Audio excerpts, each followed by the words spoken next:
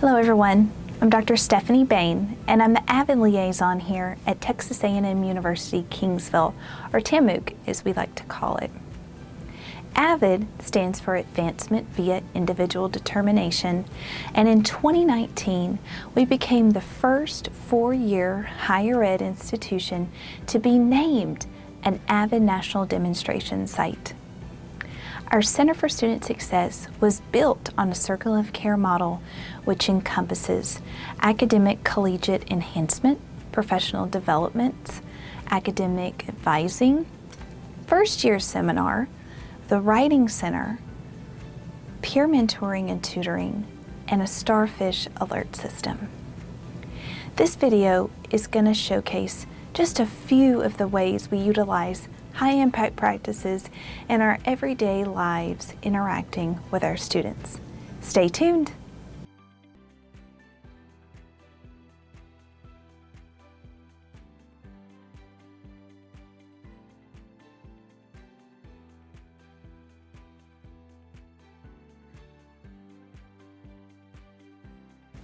Hi, I'm Blessing Tamez, and I am majoring in exercise science with a concentration in pre-physical therapy.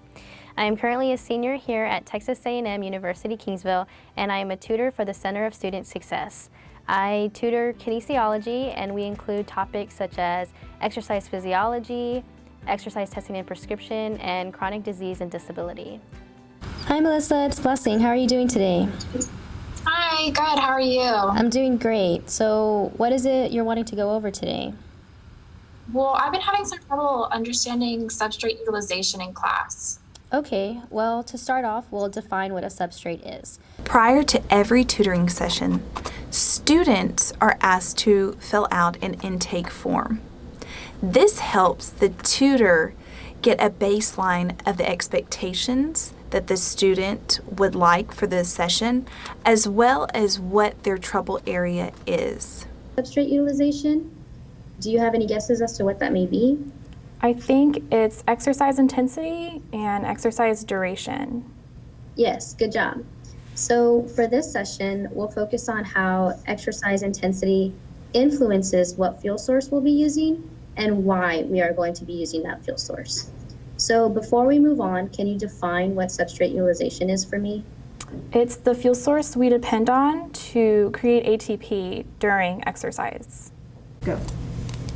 Yes, good job. So for this session, we'll focus on how exercise intensity influences what fuel source we'll be using and why we're using that fuel source. So before we move on, can you define what substrate utilization is for me? Yeah, it's the fuel source that we use to create ATP during exercise. Good. So as exercise intensity increases, we tend to rely more on carbs to create ATP for energy. So why are we relying more on carbs as exercise intensity is increasing?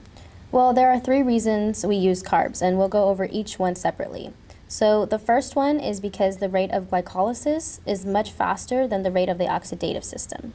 Oh yeah, I remember that from the last session we had. That's right. So the second reason is that lactic acid created in glycolysis inhibits or slows down the breakdown of fats, which is also known as lipolysis. So why would this mean we are using more carbs? So Throughout this video, you've noticed that the tutor is asking very specific questions of inquiry throughout the session. These questions are considered targeted questions and are at different levels. Level 1, Level 2, and Level 3. When we talk about questioning, we always want to get to the highest level of questioning for our students. As you'll see, the third level questions are infused throughout this session. Substrate utilization and how it relates to exercise intensity. Okay, so exercise intensity and exercise duration affects which fuel source we need to use. Specifically, when we talk about exercise intensity, when it's increasing, we need to use more carbs to create that ATP. The first reason we use more carbs is because of the glycolytic system, because it works faster than the oxidative system.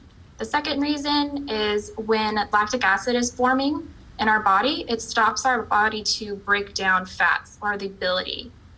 to break down fats. So we're forced to use those carbs that we have. And the third reason is the location of our carbs, such as muscle glycogen, because they're really close to the site where ATP is needed. Yeah, that was awesome.